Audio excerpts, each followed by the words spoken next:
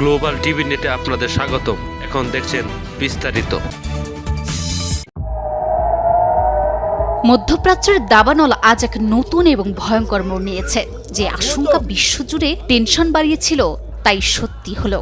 Ayatollah Ali Khamenei, যিনি গত 4 দশক ধরে পশ্চিমা বিশ্বের মাথা ব্যথার কারণ ছিলেন, তিনি আর নেই। আহত হলেও সিংহের মতো লড়াই করে যাচ্ছে মধ্যপ্রাচ্যের শক্তিশালী স্তম্ভ খ্যাত ইরান। حضرت آیت الله العظما سید علی حسینی خامنه ای شهد گوارای شهادت را نوشیدند.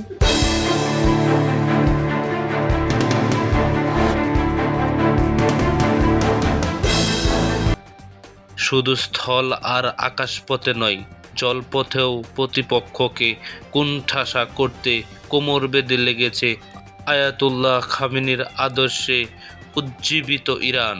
যুদ্ধের তাণ্ডবের মাঝেই বন্ধ করে দিয়েছে বিশ্বের জ্বালানি পরিবহনের গুরুত্বপূর্ণ পথ হরমুজ প্রণালী।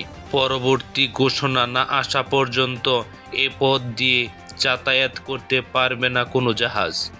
21 থেকে 30 কিলোমিটার প্রস্থের সরু প্রণালীটি নিষেধাজ্ঞা জারি করেছে মধ্যপ্রাচ্যের শক্তিশালী দেশ ইরান। আঞ্চলিকতায় সীমাবদ্ধ থাকলো না, বরং পা বাড়ালো বৈশ্বিক অর্থনীতি যুদ্ধের পথে।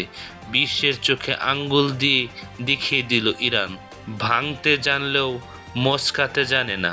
শির ধারা উঁচু করেই তারা শত্রুর পথে বাধা হয়ে দাঁড়াতে পারে।